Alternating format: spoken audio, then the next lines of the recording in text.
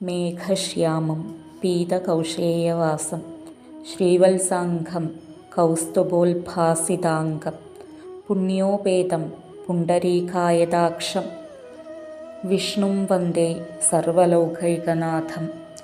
മേഘത്തിൻ്റെ ശ്യാമനിറമുള്ളവനും മഞ്ഞപ്പട്ട് ധരിച്ചവനും ശ്രീവത്സം എന്ന അടയാളത്തോടു കൂടിയവനും കൗസ്തുഭം കൊണ്ട് പ്രശോഭിക്കുന്ന അംഗമുള്ളവനും പുണ്യം തികഞ്ഞവനും താമര പോലെ വിശാലമായ കണ്ണുകളോടുകൂടിയവനും സർവലോകങ്ങൾക്കും ഏകനായ നാഥനായിരിക്കുന്നവനുമായ വിഷ്ണു ഭഗവാനെ ഞാൻ വന്ദിക്കുന്നു.